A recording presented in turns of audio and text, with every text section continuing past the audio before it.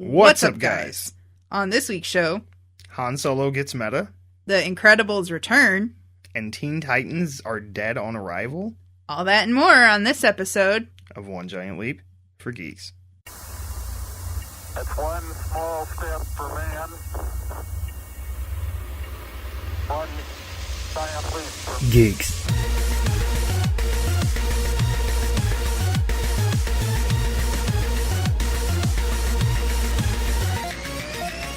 Welcome to another episode of OGLFG, where we talk about movies, video games, and all things in geek culture. I'm your host, Mike C. Squared, and with me is my co-host, DJ Melly Mel. Hey! How you doing, DJ Melly Mel? Oh, I'm doing pretty good. Surviving this ice. I know. Can we call it? Can we get some shirts that made that say I survived the storm of 2018, the spring that's ice storm? Kind of funny. Do you remember back in 2009 when the swine flu was really popular? Yeah. Mm-hmm. Okay. Mm-hmm. I was living in Texas at the time, and we had shirts that said, I survived the swine of 2009. The swine. Yep. Oh, God, that's terrible. People died from that, didn't they? Yeah, probably.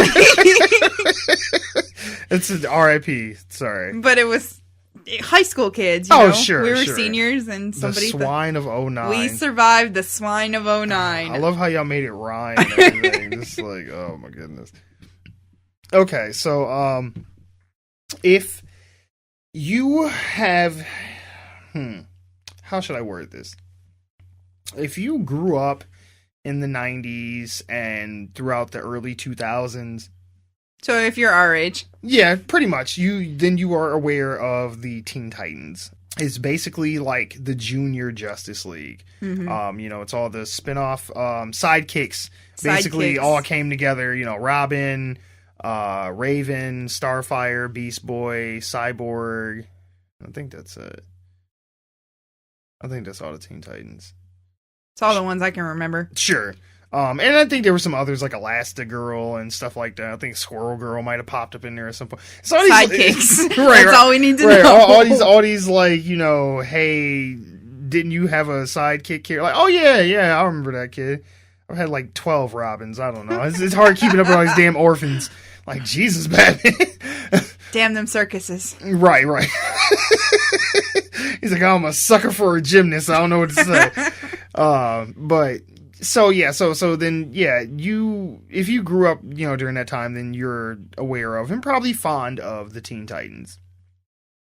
Well, get ready to have your fucking childhood ruined, because they are making a Teen Titans TV show, and it's going to be exclusive to Warner Brothers / DC's streaming service that's coming sometime in 2018. I don't know what it's going to be called yet. Great, that's what we need. Another streaming service. I'm like, I'm so... Okay, sidebar. I'm so over the streaming service game. Like, it was cool when Netflix did it. And it was $5.99. Right, but now it's like whatever. Everybody has a streaming service. It's like Disney's trying to make one. You got HBO Go, and AMC has a streaming service, and there's Hulu, and just it's too much shit. It's getting worse than just having cable. Right. It's like if I got to pay for like 9 different streaming services to watch the shows that I like. Might as well just pay for cable. Exactly. Then what was the point of doing this? It's like I can just use on demand and do the same thing. Anyway, sidebar ended. So there's been some set photos that have been leaked of the actors who are involved in the show, and they have, how should we say, got a less than stellar reaction from people, which... No surprise there. Yeah, which is warranted, because, I showed DJ Melly Mel the photos for the first time right before we started recording, and... She was not impressed, to say the least. I was never a Teen Titans fan anyways. Sure. But you start putting these secondhand characters on a show, and they look like they came straight out of Adam West's Batman. They're that cheesy. Mm-hmm. And I made a mention that one of them looks like a Lady of the Night. Yes. Not a nice one at that. And she doesn't mean vampires. Not that kind of Lady of the Night. A hooker. Yes, no. Straight up, the one chick that's playing Starfire, like, they got her out here looking like just straight up on some, I'm sorry, Daddy. I don't have the $20. I'll get it later for you, Daddy. I'm sorry. Like bad hood walking street rat. Yeah, it's almost like somebody's cosplaying a really bad prostitute costume. It's really weird. It's like if I didn't know that she was supposed to have been Starfire, I would have been like, okay, it's some chick dressed up as a prostitute for Halloween or something. Yep. Like, it looks ridiculous. She has this, like, big-ass fur coat on, and then just, like, this weird leathery purple dress, and then this, like, bright reddish orange, Pinkish. really bad weave. Like, one of them, like, fucking, they had some at the party store type weaves. Like, oh my God. Like, it's already pre-crimped and shit out the bag. Like, you just throw it on. It's just a wig at that point. Like, it ain't even a weave. No sewing required. No weave glue. You just throw that bitch on like a hat. We got the Velcro. Right. Right. It's like one of them snap hats and the shit in the back. Like, oh, man. She got that shit at the thrift shop. It looks so terrible, man. And good Lord. I'm just like, what was y'all budget on this movie? They was just like, bring whatever you got at home. Like, our costume design budget is like nothing. So just whatever scraps you can bring together at home, just go ahead and do it. But I'm gonna give a little bit of info into this show. So it's gonna just be called Titans. It's not gonna be Teen Titans. It's just gonna be called Titans. And like I said before, it's gonna be on. None of them look like teenagers anyway. I know, right? It's like Teen Titans. Like, motherfucker, you are 33 years old. Like, stop. Sit your ass down. That's what always cracks me up. Like, I remember when The Amazing Spider-Man came out, and, Andrew Garfield is like, oh, Peter's 17. I was like, yeah, bullshit. I was like, Peter is 27. Like, these motherfuckers are grown as hell. I'm in high school. Get the fuck out of here. Anyway, so yeah, this show is going to be called Titans, and it says in the synopsis, I'm getting this from IMDb. It says a team of young superheroes led by Nightwing, formerly Batman's first Robin, formed to combat evil and other perils. Now, the first thing I want to say about that is the first photo that was released was of Robin. The actor name is Brenton Thwaites, I think is how you pronounce it. Oh God, his parents must have hated him. Brenton, yeah, I thought it was Brendan for the longest, but it's Brenton. Anyway, People getting creative, right? The photo they have for him as Robin actually looks really fucking cool. Heck yeah, like the costume looks cool. The way they have it lit and everything, like the pose that he's in, like it looks really cool. But then, like I said, you read the synopsis and it says that he's supposed to be Nightwing. He's definitely not in a Nightwing costume. It clearly says Robin. It's red and green and gold or whatever. So I'm confused because I'm like, so does he become Nightwing later in the show, or are they just gonna call him Nightwing and he's still gonna be dressed like Robin the whole time? I'm like, I'm not really sure. Even in the cartoon, though, he never went as Nightwing. He was always Robin, right? Exactly, yeah, but that was the Teen Titans. These are the Titans. These are the older Teen Titans. It's like, oh, okay. It's like, now I'm 18. I can't be Robin anymore, okay? Right. You're gonna have to fight this on your own, Bruce. I'm an adult now, Dad. It's like, all right, whatever. So yeah, so Brenton Thwaites. I'm sorry. Probably ruining that. He's going to be playing Dick Grayson. Okay. Actress named Tegan Croft will be Raven. Anna Diop, or Diop, however you say that, is going to be Starfire. And then they have a few other people. I want to say this: Ryan Potter is going to be playing Beast Boy. Now, if you haven't seen these set photos, you have to go look these up because you have to see what I'm talking about. It's so chintzy looking and cheap and just like, again, just like the freaking Shazam costume. It just looks like some really bad cosplay. It's like, what are y'all doing with these characters? The Greg Berlanti is co-producing this, and he's the same guy who's the showrunner of like The Flash and Arrow and Supergirl and stuff like that. Okay, all of them have awesome costumes. Exactly, like you can tell that they put a decent amount of money into those shows. The costumes look good, Granted, when The Flash was first coming out, that first season, they had some set photos get released, and like people were kind of iffy about his costume because they felt it looked kind of baggy on him. But I'm like, well, he has to be able to run and move and be flexible. Right. It can't be like skin tight and still do that the same way. Plus, they got to be on wires and stuff for stunts and all that. Like, it has to be practical to a degree. I'm like, and when they film it, it won't look like that. And I'm sure the same thing can be said for this, is when it's on film and you're watching the show, it won't look like it looks in these set photos. But I don't know how much better it can get beyond that, because it just looks like they just took the cheapest route they could. Like, Beast Boy, they didn't even try to make him into Beast Boy. They were just like, just dye his fucking hair green and send him out there, and he's Beast Boy. He ain't got no fangs, his skin ain't green, like, he's not, like, furry or anything like that. He just looks like some kid with green hair. And I'm like, you can't... I'll say they did more for Nightcrawler in the X-Men movies. Thank you, right? I know, or Mystique in the X-Men movies. Like, get some body paint. Thank you, and I've heard people argue like, oh well, she shouldn't have to sit in a makeup chair for hours on end every day, you know, to do a show. Because as opposed to a movie, you do it for a few months, you're done. In the show, you may be on that for like almost a year, you know, and multiple years if you're on for more than one season. But I'm like, well, look at shows like Star Trek and, you know, it's another alien show that was on Farscape or anything like that where they had characters the who had to be under makeup. Yes. Oh, yeah, Stargate, anything like that. I'm like, there were recurring characters who were mainstays on the show who always had to be under makeup, and it was a TV show. So don't make it sound like, oh, well, we just can't be doing all that for Beast Boy. I'm like, no. Now, DJ Melly Mel had brought up a point of, well, maybe he might be CG. That's a lot of work for a TV show, though. Yeah. Like, if you're going to CG an entire skin color change, and, I mean, Lou Ferrigno was the freaking Hulk back in the 70s, and he was still green, right, okay? Just get some food coloring and some baby powder and just put that shit on him and call it good. Something, but I don't... If they waste the amount of CG that would be necessary in order to fully make him green and with the fangs and the speckles on his face, then again, why are we putting this on TV? Why are we not putting it into a movie? And why are there trailers released for a TV show?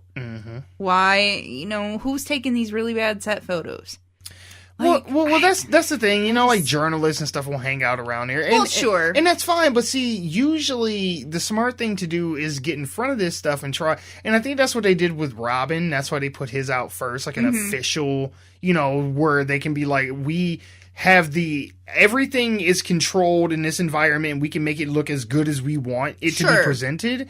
But as opposed to, hey, we're out filming this on the streets in New York or whatever, and some dude just happened to take a picture, it's like, well, we can't show it in its best light, quote unquote. Okay. But at the same time, it's like, well... You could give us something. Yeah, like, come on, guys. Like, this just looks really...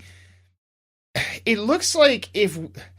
Back when they used to try and make superhero movies and shows, like back in early 2000s, like before they got it right, I'm sure I brought this up before with like the X-Men, where it was like, you know, they didn't want to fully embrace the characters.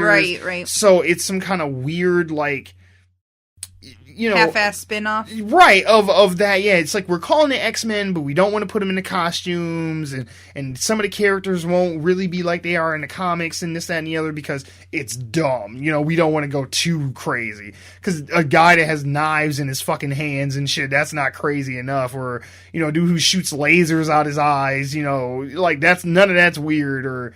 who else was in that? Toad, yeah, the dude who had green skin and the tongue, like, that was just, you know, all that stuff's cool, but yellow spandex, I know, I'm always stuck on the yellow spandex shit.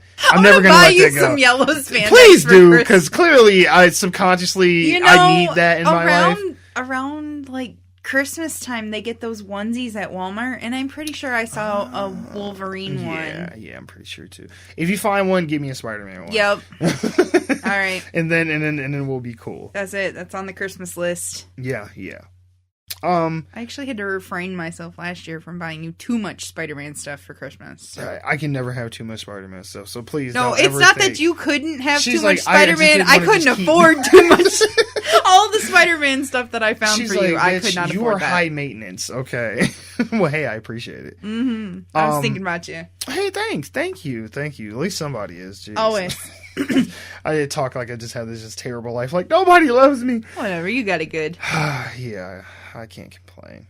Anyway. Yes. Sidebar's over. Right. Sorry, multiple sidebars. But, I mean, I guess the thing that I wanted to touch on before we get off this topic is I understand the hate that this is getting, and I get it too. Like, we've said the same thing, like, it looks cheap. You know, the girl who's playing Starfire, they got her out there looking like a $2 prostitute. Like, it looks bad. The thing I don't like, though, is, of course, which I knew this was going to happen the moment I saw the picture of her as Starfire. The racists and bigots have come out of the woodwork, and they're like, oh, well, they got this, black girl playing Starfire, and this, that, and the other. And I'm like, well, for one, Starfire is not human. Right. I'm like, so you can have any, ethnicity play her, whatever. Why they didn't make her orange, I don't know. Because look at Zoe Saldana in Guardians of the Galaxy. Right. She's a woman of color. She's green. Mm-hmm. It works out fine. Why not did that for Starfire in this show? Like, the fact that she's a black woman or a dark skinned black woman at that, like, that doesn't detract anything from me about the character. I'm like, right. And that set photo, I will say, doesn't do her as a person justice, because I looked up her IMDb and was looking at other pictures of her, and she's a very beautiful woman. Like, she's fucking hot. Sure. But that picture does not do her justice at all. But it's just been people just coming out and just saying a lot of nasty, just vitriol and just bullshit, and being very racist towards her. And she came out on Twitter and, like, addressed it and was like, I'm sorry that these set photos came out. It doesn't, show us in the best light. And this is not a fair representation of what we're trying to create with the show. And right. Yada, yada, yada. Pretty much doing damage control, sure. Which I get that. And then she also addressed the, people sending her, threats and being racist and all that kind of stuff. I'm so tired of that bullshit. Yeah, I know. And there's nothing we can do about it. I know. It doesn't seem to be getting any better. No, and it never will. Because another thing that we're going to talk about, we're going to get into that with as well. Just how toxic the, geek community can be sometimes. But it almost makes me not want to be a part of this kind of stuff, because I'm like, I don't want to be caught up or associated with something so negative and, just shitty all the time. That's why we have to be there. We have to try to balance out. Right. We have to be the good that we want to see. Oh, yeah. The good that you want to see in this world. Be the change that you want to see. We are the ones that we've been waiting for. Like, yes, totally. Hey.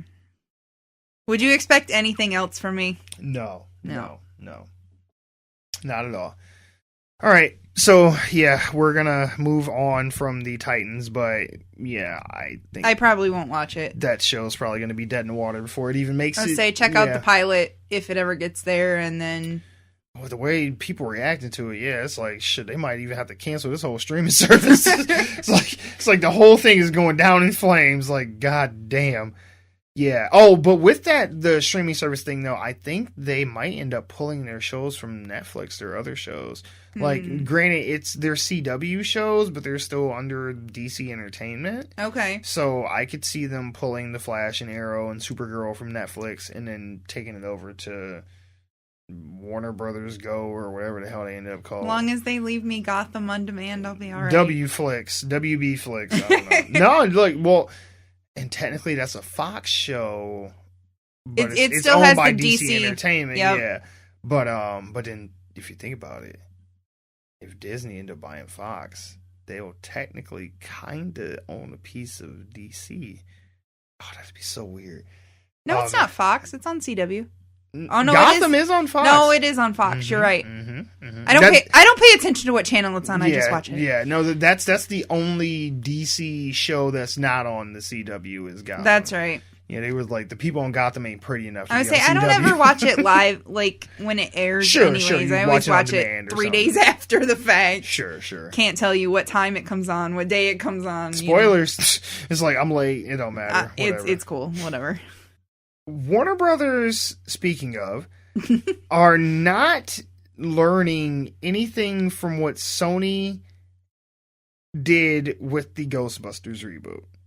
So, if you haven't seen it, the trailer for Ocean's 8 has been released. And they basically pulled a Ghostbusters and they just made a all-female version of the Ocean's 11 movies.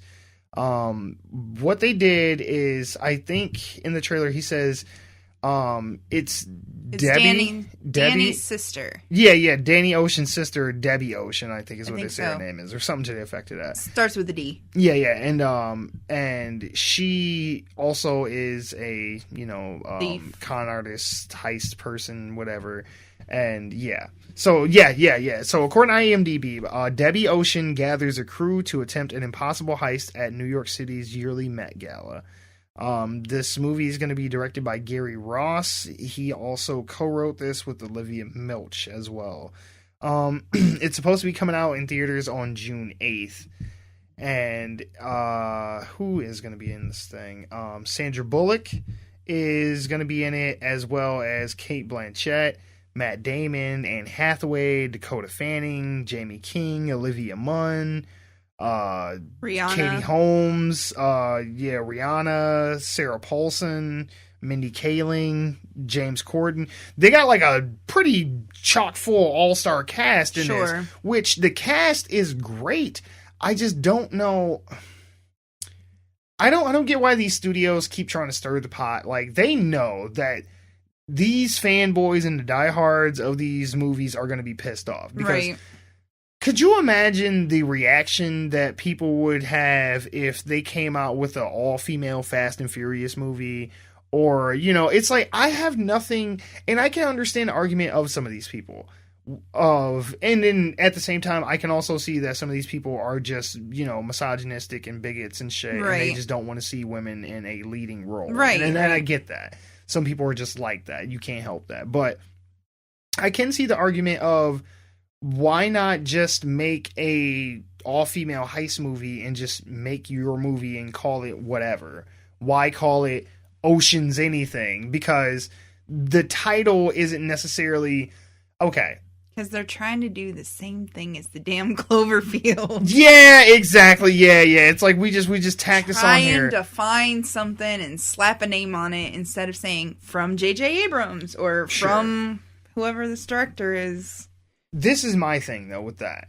Which you're probably absolutely right. But my thing with that is, the Ocean's 11 movies were never that popular, nor have they been popular and or relevant for a long time. So for you to go like, oh, well, we want to put this movie out and we think it's going to be good, but it won't do well if we don't attach a brand name that people know to it to get them drawn in. And it's like, I'm not all that jazzed about a new Ocean's 11 movie is coming out. I like, honestly I don't think I saw the other three. See, look. See, so there you go. Was it 11, 12, and 13? Yeah, I think so, yeah, because Matt Damon, I think, is in all three of them as well, yeah. Yeah, so he's going to be the only person from the original movies that is coming back. Now, technically, these movies are based off of some older movies with, like, Frank Sinatra and shit from, like, back in the day, and then they redid it in, like, the 90s and 2000s with George Clooney and Brad transfer well. Pitt. Yeah. It doesn't... In the 30s, when Frank Sinatra was, young whippersnapper there, they had gangsters and the mob and the crime. Sure. Organized crime. We have crime today, but it's not anywhere near crime in the 30s. All of that was relevant, like bank heists and zoot suits and, walking around with the Tommy gun or whatever. It's not relevant today. No, you are right. Like, and they even kind of got away with it. We have different kinds of crime today. Yeah, there's cyber crime. And sure. I will agree that even with the George Clooney and Brad Pitt ones, you know, it was still long enough ago to where it still was made sense and was practical for somebody to be trying to rob a bank and steal diamonds or whatever, or casino, I think is what they were. I think it's a casino heist. Yeah. Like I said, never saw the original. Yeah, but through. Now, you know, they have Rihanna's character as like kind of like the tech person, looks like, you know, of the group, like she's the hacker or whatever. And I'm like, which in the other one, that was like Don Cheadle's character. He plays like the hacker of the group and whatnot. But it would make more sense if the whole team was just a bunch of hackers and shit, because it's like, well, you could probably get more money and get away with more shit doing that. Now, granted, that's not a very fun movie to watch, per se. You know, it's just a bunch of people sitting around some laptops and just, you know, going, yes, we did it, you know, hackers on. But I don't know. Well, I mean, they tried to at least... Do you remember the Die Hard movie that came out? The Live Free or Die Hard? God, yeah. Okay, well, they were hackers. They took the money. They did it in a classy, entertaining way. Sure, no, actually, that's... I mean, it's just...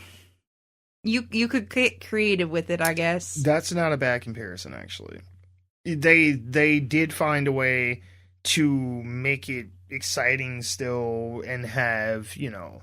But then again, they had fucking Bruce Willis fighting a goddamn jet plane. So it's like, he's like punching a goddamn fighter jet out of the sky. So, you know. My point is if that was the main... If they wanted to just have the hackers, they could do it. Yeah. The fact that they're hackers with heists and stealing... They're trying to do some, like, Mission Impossible shit. They hanging off wires and cracking safes and all that, yeah. Passing jewels back and forth. Yeah, because what were they trying to steal? Some diamonds? Something about a giant necklace that is ridiculous and gaudy. Yeah, it makes the necklace from the Titanic look like a fucking trinket. Yeah, something you get a cereal box or something, yeah. It's like one of those, Quarter those quarter machines. Yeah. And you get that and one of those temporary tattoos. Yeah. With like a heart and a unicorn on it. Anyway, I mean, I feel like it's going to have the opposite effect that they wanted to have by calling it Ocean's, you know, anything, because the people who are going to be mad that they did an all-women's version of it are going to not see it, and, you know, the people who are just kind of indifferent about the Ocean's 11 movies probably aren't going to see it anyway either. So it's like, now you already have the one segment of the population who probably weren't going to see it because of indifference, but now you have another segment that you've created who are going to not see it to spite the movie because they want to see it fail, because they feel like, you know, oh, you're trying to force diversity onto whatever thing that I love. Like I don't have a problem with the all-female cast of anything. No. Just don't... Because I wouldn't even like it, say, for example, something that will relate to me. I wouldn't like it if they took Will Smith, Don Cheadle, Chadwick Boseman, Michael B. Jordan, and was like, oh, this is the new Ocean's 11, and it's just all gonna be black now. You know, it's like, I wouldn't like that either, because it's like, well, why do that? Like, you could have just made an all heist or all black male heist movie and just called it whatever. Right. You know, it could have been, I don't know, The Wizards of Stealing Things. Wizards of Stealing Things, yeah. That's not as good as your Gnarly Descent. No. Gnarly Descent was much better. I'm slacking. You got to try harder. I know. That was lackluster. Slack-a-lacking tonight. Slack-a-lacking. Oh, shit. Oh, whew, okay, breathe. Wow, slack-a-lacking. I don't even know what that means. I lost my train of thought. Oh no! So if they made like an all black cast, I'd be kind of upset about that too. It's like it's not necessary. Yeah, like that's not appealing to me. Like, you can just make a movie and just call it, you know. Let's be clear, the part that's not necessary is to make, like, say, an all-black cast and label it Ocean's 5. Right, Whereas opposed, it's the label that you have issues with, yes. not the all-black cast. Not the casting, yeah. Or if you wanted to make a all-Asian midget movie, like, you know, whatever, just don't call it the Avengers, just call it something else. Look, the Revengers, no, wait, Thor already used that joke. I don't know. Not the Defenders, because that's a thing too. I don't know. The Overenders. Just call it. That sounds bad porno. It does. Oh, shit. The rear end. The rear. Oh, see now you got your touch back. There you go. That was good. But yeah, I mean, I'm interested to see the reaction that people are going to have to this, but I don't. Just going off of the trailer, the trailers like to dislike ratio on YouTube, it's not looking good. It's about a half and half split. I think when I looked at it, it had like 25,000 likes and like 12,000 dislikes. So it's pretty much half and half. And that's what I said. Like they're creating a segment of the population who are going to go out of their way to not like the movie and shit on it because they don't want to see it do well. Sure. On a sidebar, sure, they failed epically with that all-female Ghostbusters. Yeah, that's what I said. I'm like, did we not learn anything from that? Honestly, it wasn't the cast. No, it was just not a good reboot. It just wasn't written well. No. And the fact that they tried to like force comedy in there. Yeah. If you're gonna make the a comedy, one thing that came out of it good though is we found out how funny Chris Hemsworth could be. Oh yeah, he was hilarious. Because because I think after that he did Thor Ragnarok was the next thing. So right. But go ahead. But just that was bad. It was bad scripting. It was bad jokes that anything with Melissa McCarthy is bad though. I'm sorry. Do you like? I like Melissa McCarthy. Thank you. Oops, sorry. Shots fired. In certain things, she was great in Gilmore Girls, but yeah, she was alright. But anything, I liked her in Identity Thief. I liked her in Tammy. I liked her in. If you say The Heat. Oh God, no. Yeah, I that was awful. That movie. That was bad. Spy was bad. Oh, my girlfriend loves it, but The Heat is no. terrible. The Heat is. Spy is bad. Yeah, I never seen Spy. Spy was the bad. first two you said, Tammy, and the other one I Identity Thief. Okay. Okay, Identity Thief. You've got to watch that. Do I have to though? It's got her and Jason Bateman in it. And she throat punches him in the middle of the highway. Oh God. Come on. Okay. Anyway, what other movies? Let's go down Melissa McCarthy's filmography real quick. Honestly, I don't know. No. It's just okay. Those two, honestly. I like Identity Thief and I liked Tammy. Okay. Those two are pretty funny. That's fair. I didn't like her in Bridesmaids. I didn't like Bridesmaids. No. That whole bit with her on the plane arguing with the air marshal. Yeah. Or she's trying to have sex with him. You know that guy is her husband in real life. The guy that played the air marshal. I do want to see the one that's coming out soon, The Life of the Party. That one looks hilarious. She goes back to college. She's like a mom, and she goes back to college. That one looks hilarious. The rest... See? Now... No, I liked her in Mike and Molly. That movie on its own will probably do fine. They would probably tank that movie if they called it Happy Gilmore.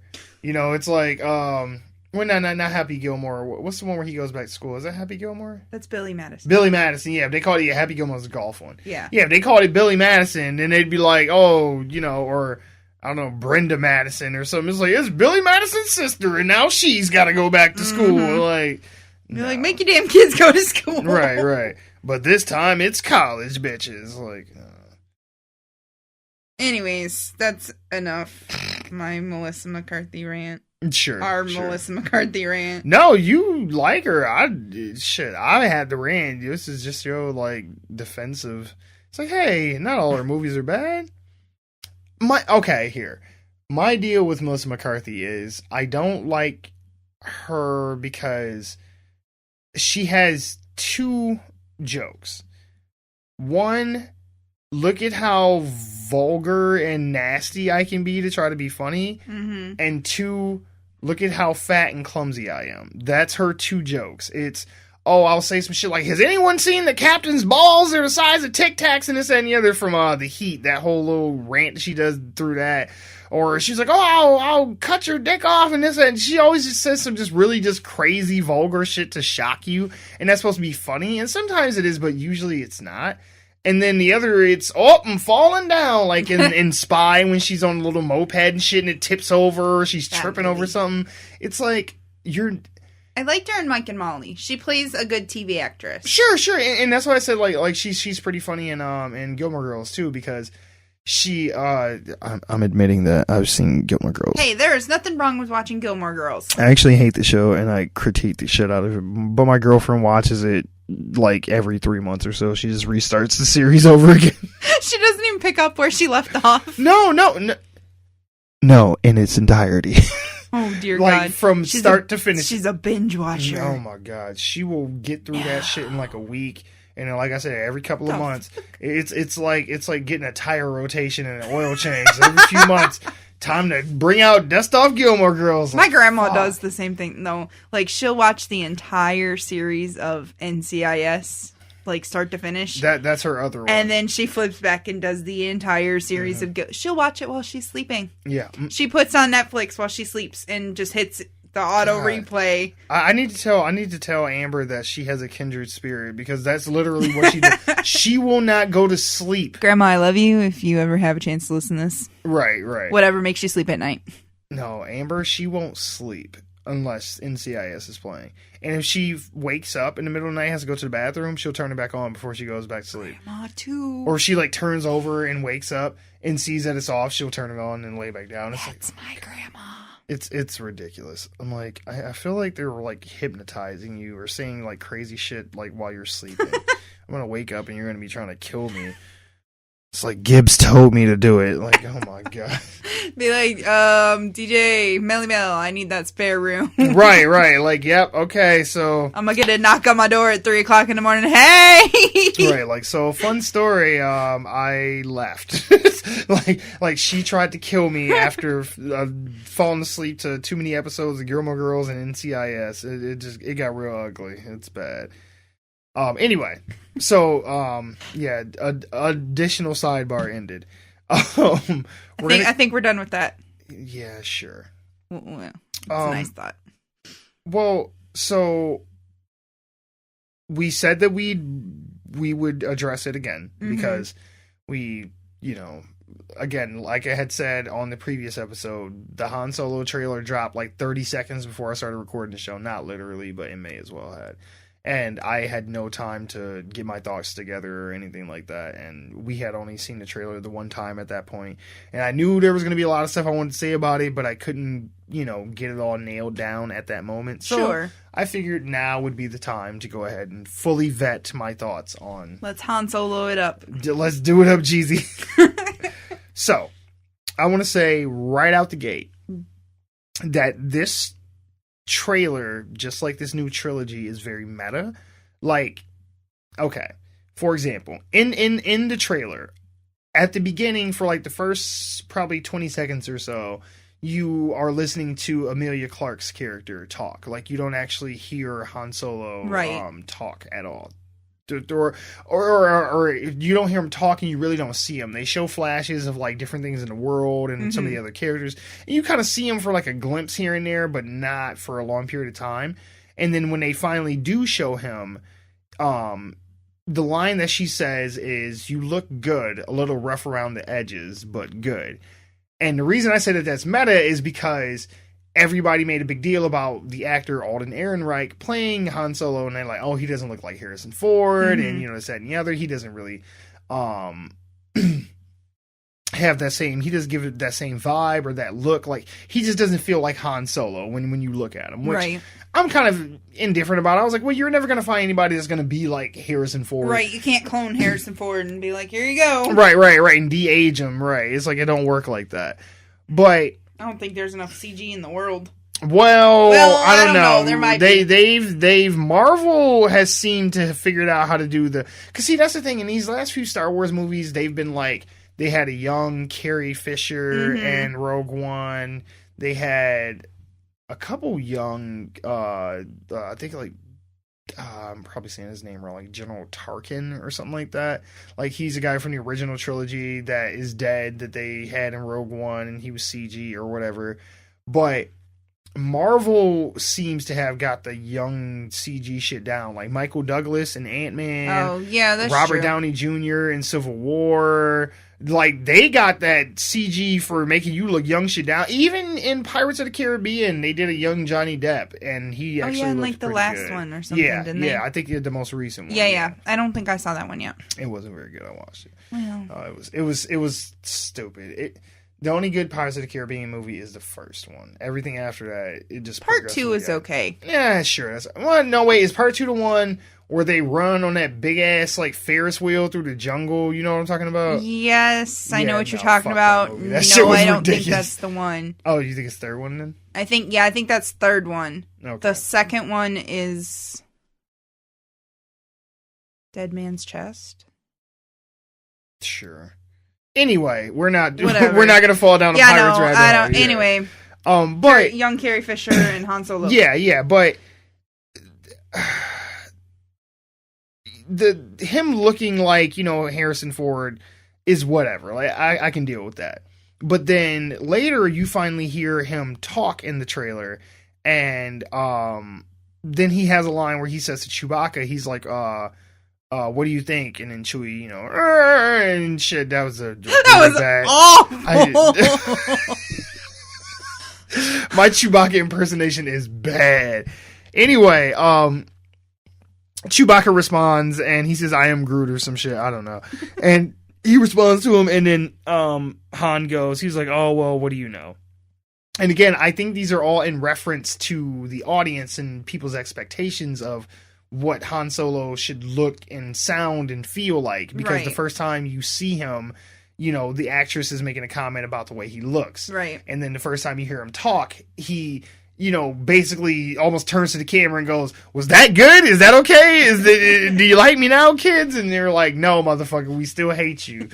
Still not feeling it. Yeah. So, yeah, even though it's being really meta, it's trying to bring attention to the fact that people don't like the way he looks or sounds, but I don't think that's necessarily going to give them a pass either. It's kind of like that thing. Okay. It's kind of like that thing that you do where you're self-conscious about something, and so in order to keep people from making fun of you for it, you make fun of it yourself. Oh yeah, I know exactly what you're talking about. Yeah, it's kind of like that thing like Eminem would do in his rap battles where he talks shit about himself, so he takes that away from you as ammunition to use against him. That's so actually a really good reference. Yeah, thank you. Not what I was thinking of, but yeah. Well, thanks. I love 8 Mile, so yeah. But yeah, so I guess their thought process is, well, if we make it a point to make it obvious that we're aware that people don't like the way he looks or sounds, then they'll just get over that and let it go. Right. And I'm like, no, I don't think they're still buying it. Probably not. They're not going for that. He still just seems like he's just there. The actor, Alden Ehreich. Like, there's nothing...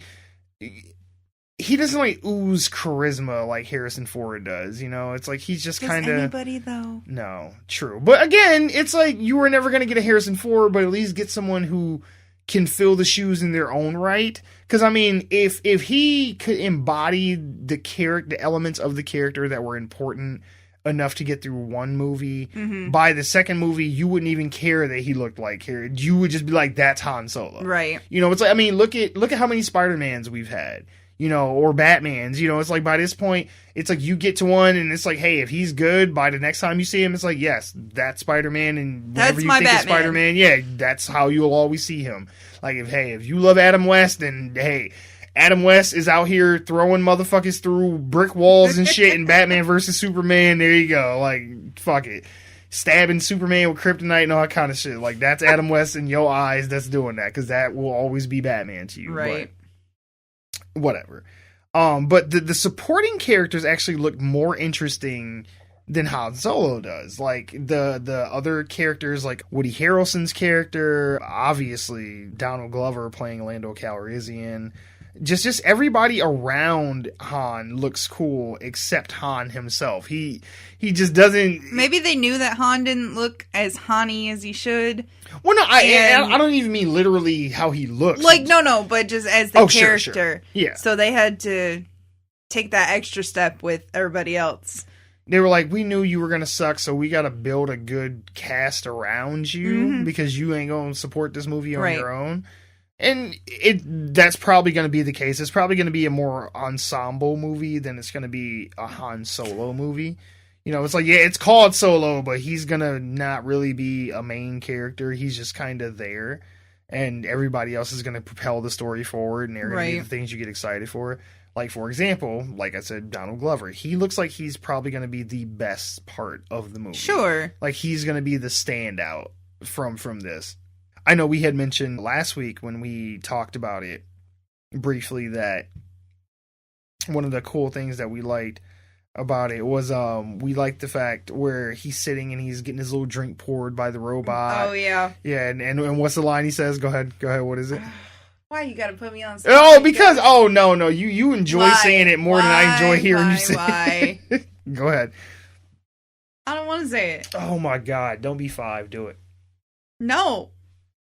Oh my God! Go to my room. I was gonna say, if you can see the face she just made. Just picture a 5-year-old crossing his arms, throwing a temper tantrum. Pretty much, right? Kicking shit. Yeah. I think it's. Yeah, he's like, oh, I heard some stories about you, and he goes, everything you've heard about me is true, and I was like, oh shit, and then like, see, I just like when you say it, right, because it was so much cooler this time. Me and my nasally sounding ass. Whatever. But I love his little, I guess you could say it's his C-3PO, his little robot sidekick, where like he's like choking some dude. Yeah, in the corner, and he's like, please let go of the mean man's face or something like that, or throat or something. And just all like, who are these assholes or some shit? It's like the robot just seemed like it's a dick. And I was like, you know what? I like that. I like the fact that, hey, if we got to have these robot sidekicks.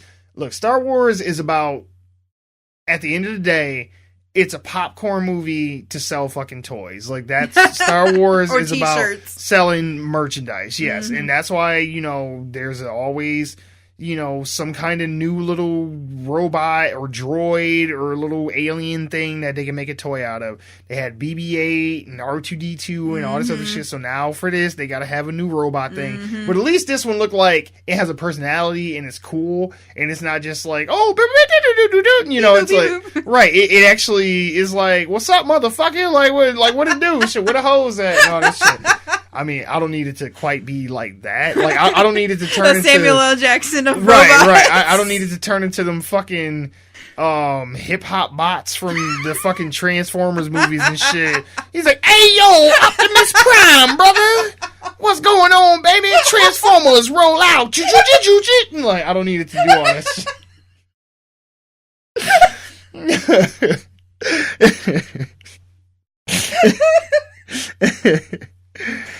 Woo! Okay.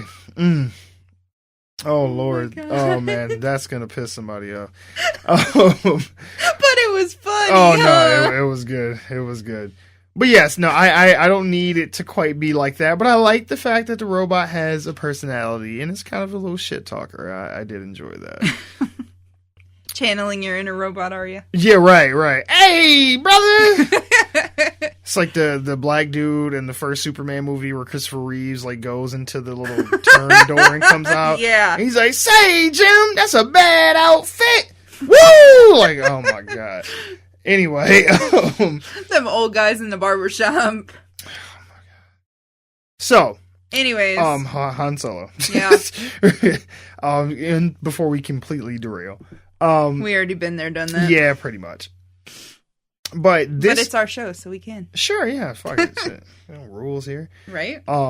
This does look like it will be getting, like, it's going to be giving us not only some backstory for Han, but it looks like we're going to get a little bit from Chewbacca as well, because there's a part in the trailer where you see him embracing another Wookiee. I don't know if it's like a family member or a friend, but like they like touch foreheads together. Mm-hmm. So some people have been theorizing online that that's Chewbacca's son, because in the comics, Chewbacca is, or I'm sorry, the expanded universe, so like the books and all that other shit, they actually give backstory to Chewbacca, and he has a family and a son and stuff like that. And he just wants to go to work. Right, you know, and I guess he just leaves him. Daddy went to go get cigarettes and never came back. I don't know how that went down, but he ended up with Han somehow and left his family. So people were kind of like theorizing like, oh, well, that's what they're going to do. But then people were upset because all the expanded universe stuff, like when Disney bought Lucasfilm, they were like, none of that shit is canon. Like, if it wasn't in the original trilogy or the prequels, none of that shit happened. So the shit from the cartoons, the TV shows, it's all made up. Yeah, all that, throw that shit out the window, it's done. And we're starting over. But then they keep kind of cherry picking elements from that stuff and incorporating it back into the canon. So it's like, all right, either we're going to disregard the expanded universe stuff or we're going to use it. Like, but we can't have it both ways. And it almost feels like they were like, well, we want to disregard the expanded universe stuff because we want to use some stuff from that, but not all of it. Right. And it's going to just it's going to dilute the story too much by having all this extra shit. Because, I mean, Star Wars has been around for, 40 years, yeah. So I'm like, there's been a lot of extra lore that's been written and made about this from games and all this other kind of stuff. So, Disney's like, look, we don't want all that extra baggage. Like, it's bad enough that we got 6 movies worth of baggage already that we got to deal with. So we don't want to have to deal with all that other stuff too. So they kind of nixed all that. But, I would like to learn more about Chewbacca because, I think... He's my favorite character. Yeah, he is the Groot of the show. It's like he doesn't serve like a big purpose, but he makes the movies what they are. I mean, that's why they still have Chewbacca in the new Star Wars movies. Right. Like, they still got him hanging around. Hell, they killed Han Solo, and they still got Chewbacca ass. Yeah, that wasn't any better. Just keep going. Right. Keep fucking it out. No, this is great. We're recording. You might get it eventually. Oh Lord, maybe next week. Maybe. But I did want to say shout out to Woody Harrelson, who like low key has had a very successful comeback campaign. Like, pretty much every movie he's been in for the last probably 5 to 8 years has been pretty damn good. Yeah. Like, and even if the movie itself isn't good, he's usually pretty good in it. Sure. Like, he was in, or even not movies, he's been in TV shows. Like, he was in True Detective on HBO. He was really good in that. He was in Now You See Me, which some people don't like those movies. I think they're okay. I thought they were neat. It's Ocean's 11 and meets Harry Potter. Like, it's magic and heist shit, so why not? Defender, Zombieland, War for the Planet of the Apes. Like, he has had a good string of succession of good movies. Sure. And I've always loved Woody Harrelson. I've loved Woody Harrelson since White Men Can't Jump. So, yeah. Like, he's been my dude for a while. So, hell, even when he was in the fucking Hunger Game movies, he had a little bit part in that. I liked him in the Hunger Games. Like, again, it might not have been a great movie. He played a drunk asshole, but... Yeah, but he was always good in the movie. Sure, so... he played his part well. Yeah, it's like, I could give a fuck about the Hunger Games in general, but I was like, you know what, I like Woody Harrelson, so... Yeah, no, I'll give it a chance. And like you said, he did good, even though he was a drunk asshole, and it was like, hey, I still liked watching him. Right. I don't know what that says about me, but it's like, hey, we actually just watched those movies. Well, we started watching the first one. They had a marathon on today or something. Oh, okay, where? And I'm still mixed. Yeah. Like, I love them one time I watch them, and then the next time I watch them, I'm just like, God, I hate this fucking movie. It's every single time I watch it, I get mixed emotions. Like, I really like this movie, and then I go to watch the second one, I'm like, no, I hate this kind of movie, or I hate this movie. And it's always a back and forth thing for me. Love-hate relationship. Yep. Mm-hmm. Which is all good. Mm-hmm. Which is a perfect segue into the next section. Not really. It's actually not really a good segue at all. I just wanted to be done talking about Han Solo. I'm good. Let's move on. Okay. Can The Incredibles still be relevant after almost 2 decades of absence? Find out on this episode. No. Dear God, has it been that long? Yes, The Incredibles came out in 2004. It has been 14 years since the first movie came out. Yeah. Mm-hmm. Yeah. I didn't think it was that long. Mm-hmm. But now that I think about it, from the time I've seen it, and that was... damn near 10 years ago. Mm-hmm. Yeah? Yeah. No. Well, it would have been 9. Yeah, no, The Incredibles came out when I would have been... Oh, I'm going to date myself, or maybe I shouldn't say it all loud. Don't do that. Never mind. I was a baby child, baby. It's like, no, because then I don't want to just be 14. No. I was definitely not a baby. Anyway... So the Incredibles are coming back. That was my attempt to try and sound like aping the whole, 1930s vibe that the first Incredibles movies had. They had all that jazz music and shit, and it's like, and the whole aesthetic was like, oh, what if superheroes were really around during, like, the Adam West Batman era? Like, what if superheroes were real then, I think all the cars and everything had like this like old school like look to it, and the costumes had all this like old school, and I don't know, it just felt very like jazz hands and shit like the whole time. It was like Zatarans. I don't know. In my mind, whenever I think of jazz, I always think of Zatarans rice. I don't know if everybody is aware of what Zatarans is, but it's like a southern rice thing, kind of Louisiana type. No. It's a brand of rice that poses as a Louisiana. What do you mean poses? What is Zatarans? Come on. What? All right, I know it's some corporate shit, but whatever. I like to think it's authentic. I like to think when I think of Mardi Gras, tell him that. Right? When I think of Mardi Gras, I think of titties and Zatarans. Okay. We need to take you to Louisiana and do up Mardi Gras right. Yeah, we do. We out. All right, bye guys. Thanks for checking this episode. You can find us on Facebook, Twitter. No. But anyway, so I am curious of what the underlying message of this movie will be, because I don't know if you remember the original Incredibles movie, but not well. It was weird because they kind of gave like a conflicting message, because it started off kind of seeming that the message was, anybody can be, special. Mm-hmm. But then it kind of starts to argue with itself halfway through, and it's like, it almost starts to say, well, no one is special. Mm-hmm. Because basically how it starts is the villain of the movie, it's a flashback to when he was young and he was a sidekick to the main character, the dad. Right. And he doesn't have anything special about him. He doesn't have any powers or this, that, and the other. So, Mr. Incredible pretty much just blows him off because he's like, you're not really a hero. You're a sidekick. You're not special. And so he ends up finding a way to use technology to give himself powers and stuff. And then his whole shtick is he wants to depower all the superheroes on the planet. So then I think he says he wants to give everybody superpowers on the planet.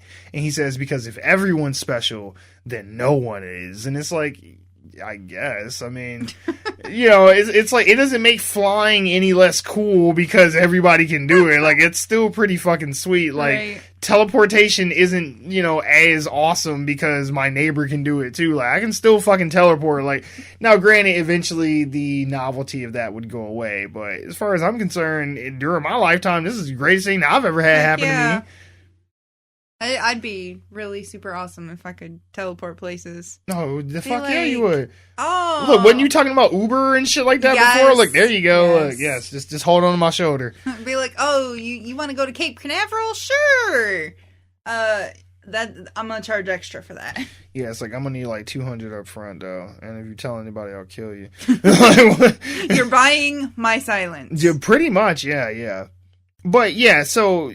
In that movie, it was the underlying message was about, family and, accepting your lot in life and, not worried about trying to be special because you are special because you're unique and you are who you are. I don't remember all that. I remember two things from that movie. Sure. I remember the little short lady is the costume designer. Sure, she smacks the mom with the newspaper, and the voice of that is Hetty from NCIS, Los Angeles. Anyways, and then the second thing I remember from that is Samuel L. Jackson, and he's like, "Where is my super suit, woman?" That's it. Those are the only two things. Other than that, I don't know if it was the company that I had, or whether I was watching that movie or not, or whether I fell asleep, or what was going on, but I don't remember anything else during that movie.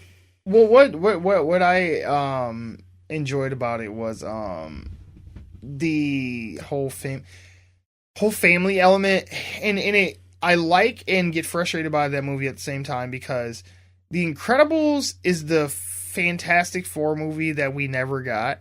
You know, they're like the superhero family. Right.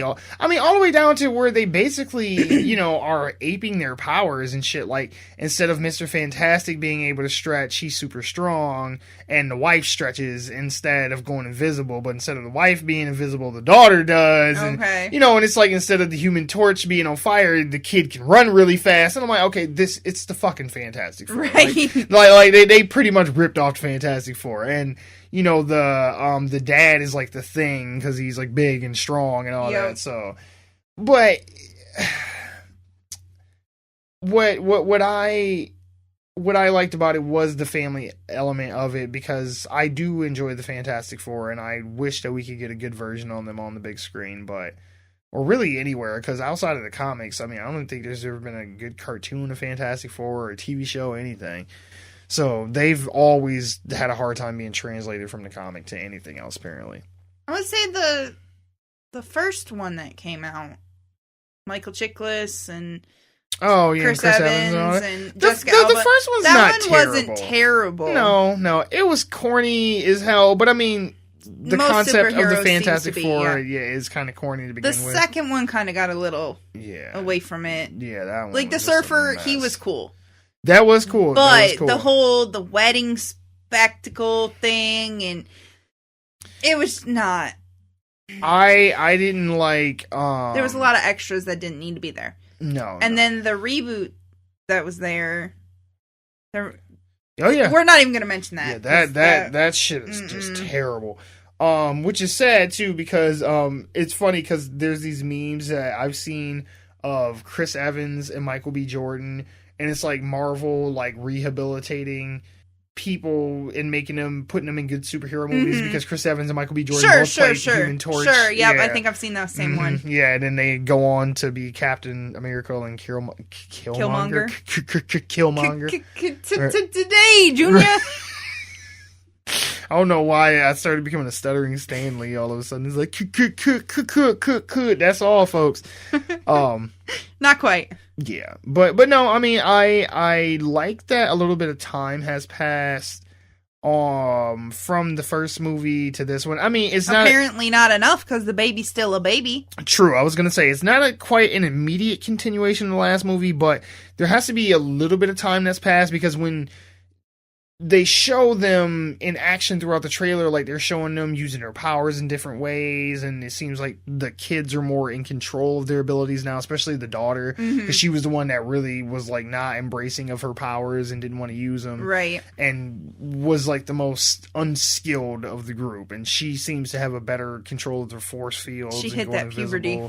Yeah, you know, and it seems like she's going to be having that point in her life where she's going to start revolting against the parents. Like they show, like, I think she's trying to put her superhero costume down a garbage disposal or something, and throws it up against a wall. Yeah, it's just this whole thing, and it seems like basically the premise of this one is the mother has taken on a government job to go fight, you know, be a superhero for the government, because if you remember in the first one, they outlawed superheroes. Right. And so they had to stop doing it, but now they're trying to bring them back into the public, and she's working for the government, and she's doing it in this official capacity. She's kind of like a Suicide Squad. Yeah, pretty much. She's a bad guy. Yeah. Or what they pulled in Civil War, where it's like, hey, you know, you sign this, you work for the government, and we'll tell you when you can go superhero and shit.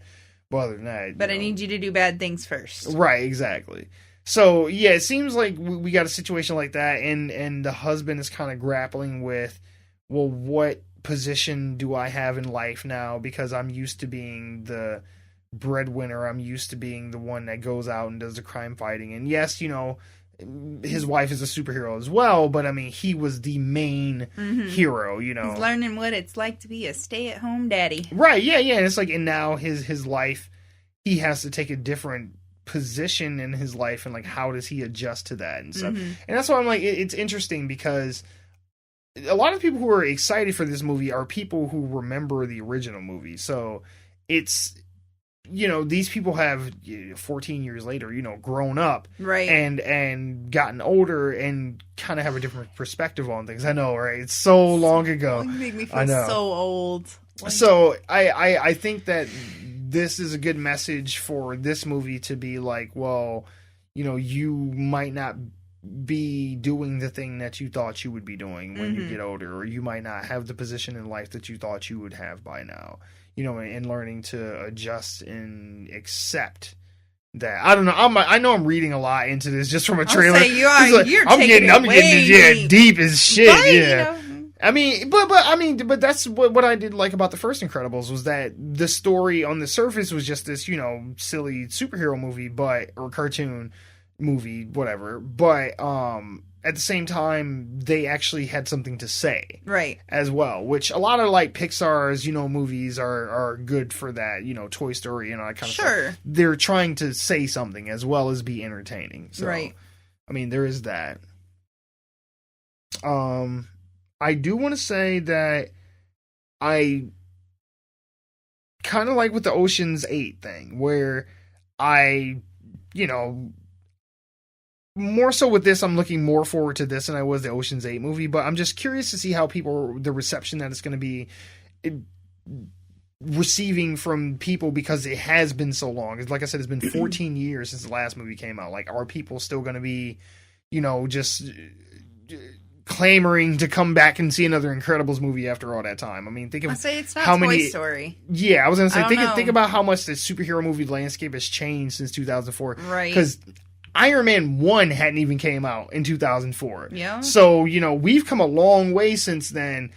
Are people still going to have the same feelings towards that as they did back then, before we had all the movies that we have now? Right. Is it going to be able to recapture that magic of the first movie and get people excited and invested in it and want to go see this one like they did the original? Who knows? I'm curious though, because I mean, like I said, 14 years is a long time. Yes. But it's kind of the same thing like with the Ocean's 11 movies too. It's been at least a decade since one of those came out. I know, right? It makes you feel old than a motherfucker. I feel old and gray. But I do like the first movie, and I do like these characters, so I want to see what they end up, what misadventures the Incredibles family gets into this time. But I guess the thing that I'm most looking forward to, more so than anything else, is I want to figure out just what the hell the baby's powers are. Because I remember from the first movie, it looked like he had like 9 different powers, and now in this one, it's kind of the same thing. Like, he kind of looks like he has everybody's powers. Kinda, but then he has this weird thing where he turns into like this little gremlin thing, and he turns on fire and shit. Stitch. Yeah, and it's just like, whoa, like where is that coming from? Right. Like none of the other family members do shit like that. That's like a weird one. But it's almost like he turns into the Hulk, you know, but he's on fire and he's weird looking. And a baby. Yeah. Baby Hulk. So, yeah, I guess it'll be one of those things where, like, oh, you know, he's the strongest of them all. He has all the powers. Kind of like what they did in the second Fantastic Four movie, where they gave Chris Evans everybody's powers, and it's like, I'm the Human Torch. Though. That was kind of cool, but visually, it looked dumb, because it was like, I'm the Human Torch with the Thing's hand, and my other arm is stretched out, and then my legs are invisible, and I'm like, okay, I don't know what's happening right now. But yeah, I mean, so are you... I know that you don't fully remember the first Incredibles movies, but I mean, after seeing the trailer... Honestly, it took me 5 years to see the first one. Oh yeah, I never ran out to go see the first one either. I don't know if I'll see it.